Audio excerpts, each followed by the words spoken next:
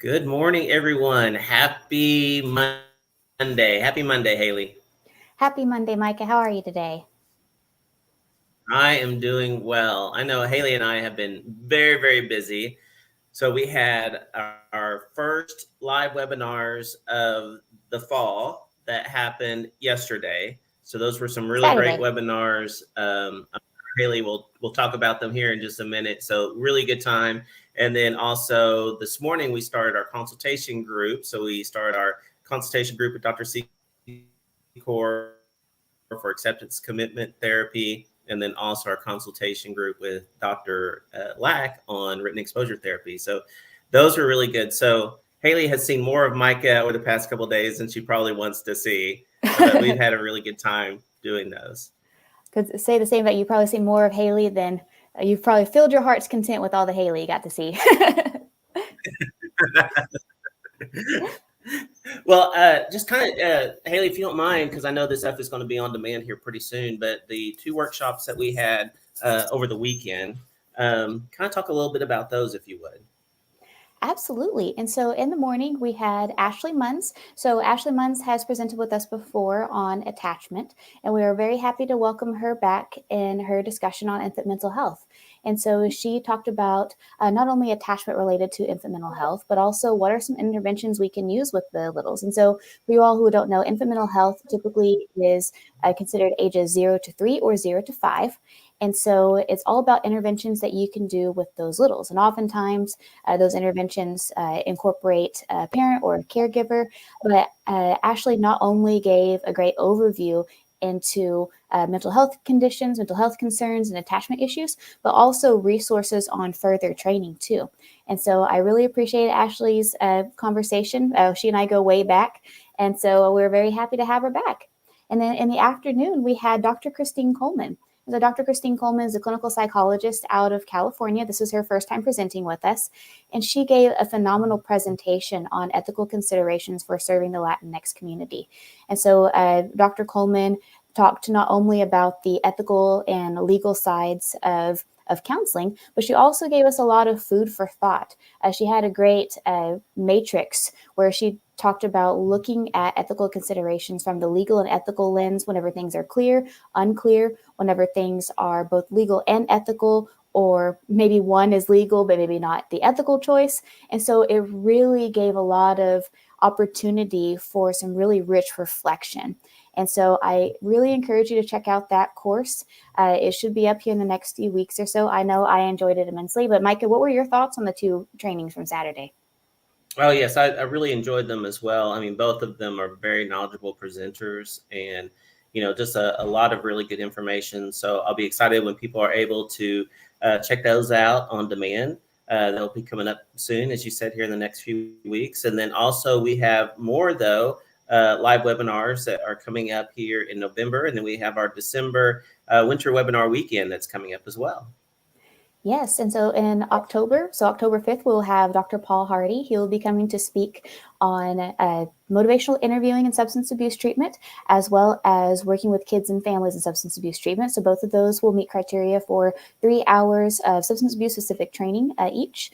In November, we will have a presentation on CBT for insomnia. We'll have another presentation on ethical considerations for working with folks who identify with maybe two races or two identities. I'm very excited about that.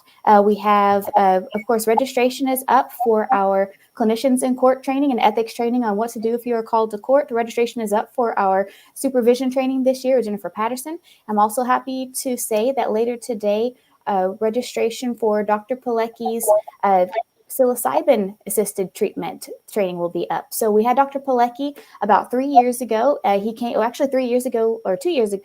2 years ago next month. So he talked about research and treatment considerations or possible treatment considerations for incorporating psychedelics into treatment. Of course, it's not federally legal yet, but his organization, Portland Psychiatric Associates, and a few other organizations, even here in Oklahoma, are doing some research exploring the efficacy of incorporating psilocybin and other psychedelics into the treatment process. And so he's going to be coming back in December to give an update on the treatment, as well as what the research is suggesting might be helpful considerations for incorporating psychedelics into therapy in the future. And so I'm very excited for that update. The last time we had him, it was an incredibly engaging, informative presentation. Of course, that one's not in the catalog anymore, so be sure to join us for the live training session on December 7th.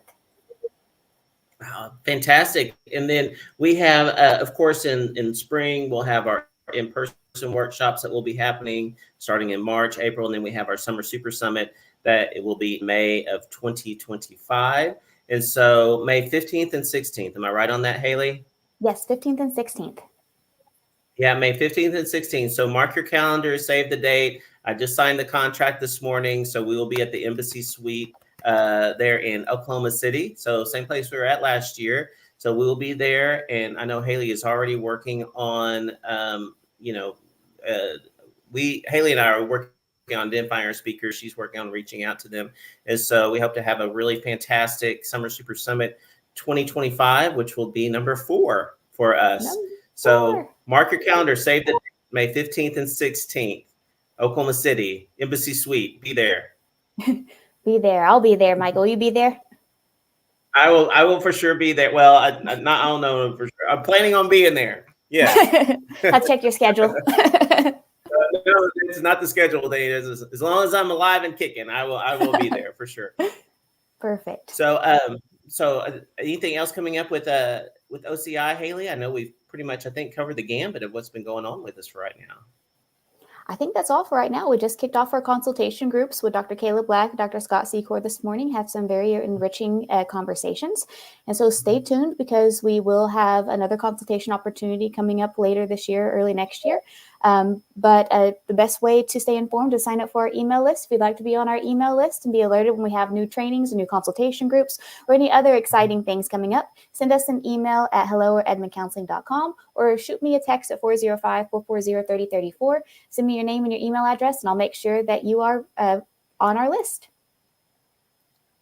Fantastic. Thank you so much. So talking about what's going on in the world of mental health. So Hayley, you probably know that September is National Suicide Prevention and Recovery Awareness Month. Yes. So I think all us in the field think about it all the time. But anyway, this is now National Suicide and Recovery Awareness Month.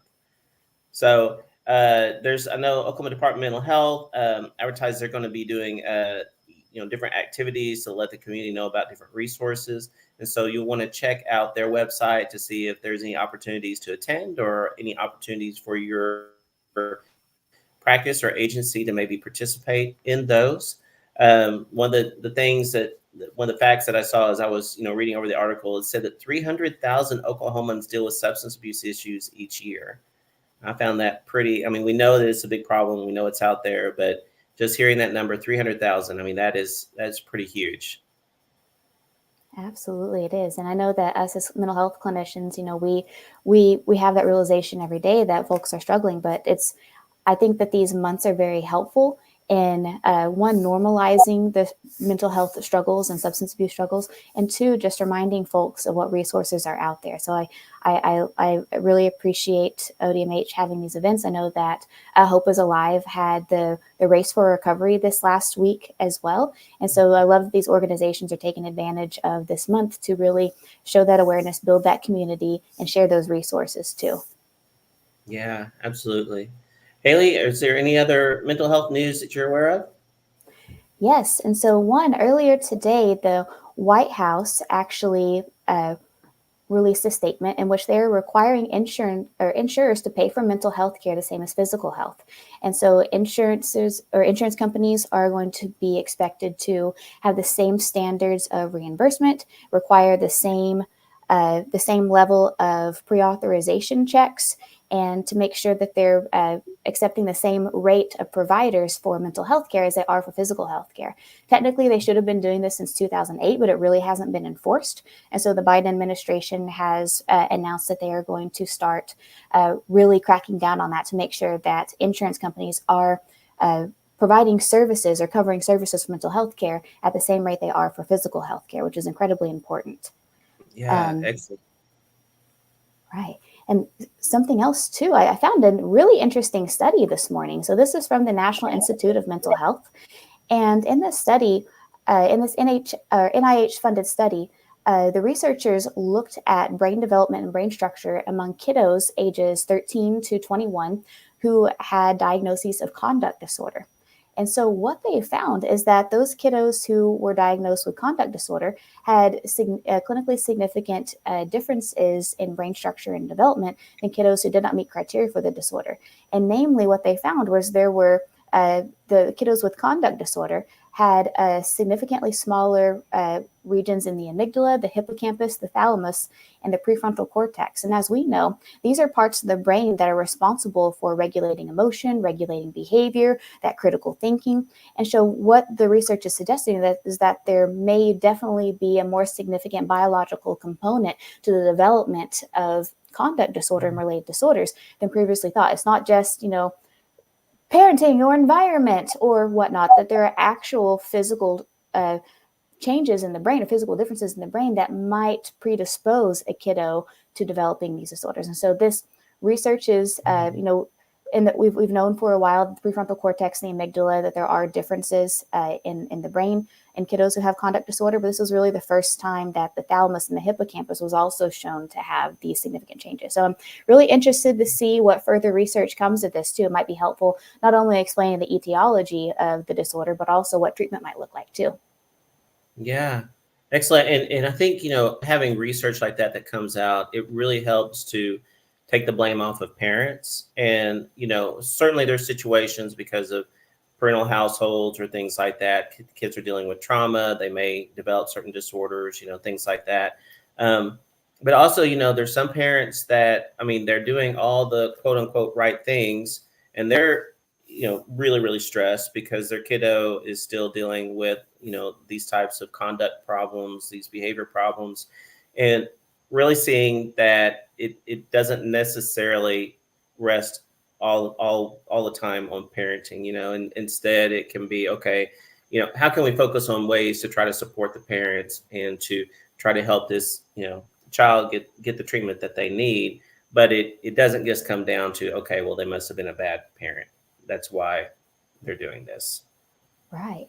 And with the children too, just taking away some of that, hopefully helping to remove some of that shame from the children too, that this might be related to environment, but also, the way our brain functions, it might be more challenging for us to regulate things. And so you might need a little more assistance in developing emotional regulation skills or coping strategies. And so just providing that understanding for both the parents and the kiddos, hopefully that will be helpful in, developing treatment plans and working with these families. Yeah, definitely. So thank you, Hayley. I appreciate you sharing the mental health news today. And as far as our weekly drawing, do we have a winner for today? We do. Today's winner is Carol Nicolette. Hey, Carol Nicolette. Congratulations. You have won a gift certificate to Starbucks. So thank you so much for supporting us and for supporting everything that we do here at the Oklahoma Counseling Institute. And so, Hayley, tell people how they can be like Carol. So if you'd like to be like Carol and you'd like to be entered into the drawing for next week's prize, what you can do is you can like this post, share this post, or comment on this post. And every time you do one of those three things, you get another chance to win. And so to comment on this week's post, we would like you to answer this week's question. And this week's question is, what was your favorite concert or show you've ever seen? So this could be a concert, this could be a play, this could be a musical. Micah, for you, what has been your favorite concert or show that you've seen? Well, I'm going to speak for my wife first. Trinity, I know that she would say seeing George Michael in London. So we got to go do that whenever, this was probably like 15 years ago, 18 years ago, something like that we got to go do that. So that was really, really good time because she loves George Michael. And so for me, I would probably say, it's probably so cliche, but Hamilton. I really enjoyed seeing Hamilton. We got to see that in Chicago. on stage. And so it was a really, really good experience. I enjoyed that. So, Hayley, how about for you? Favorite concert show? Oh man, I think those are first. I think those are two good choices of you and Trinity. So it sounds like you guys had some good times. I think for me, my favorite concert was seeing Primus a few years ago. So they came through in 2019 and did their entire one of their albums in its entirety. And it was a very small show, but a very vibrant show. Les Claypool came out dressed as a centaur for like half the set, so that was incredible. But I think I really like seeing Primus. Are you familiar with Primus, Micah? I am not. I do not even know what you're talking about. People dressed as Oh, centaurs. I don't have a haters. clue. Man, they're from the 90s. They're from your era, you Gen X folks. Oh, are they? Okay. Yeah. Well, I must not have listened to that radio station because or get that or had those CDs or that record, or that tape. So I wasn't exposed to Primus. Not too late. It's not too late. Well, and if you'd like to be like Carol, tell us in the comments what was your favorite show or concert that you have seen. And every time, again, you like, share, comment, not only are you entered into a chance to win next week's drawing, but you also help us grow and to continue to provide continuing education and platforms like this to mental health professionals in Oklahoma and beyond. So thank you so much for supporting us this week. Yes, thank you guys so much. We appreciate you, and everyone have a good week. Have a great week. See you later. Bye, everyone.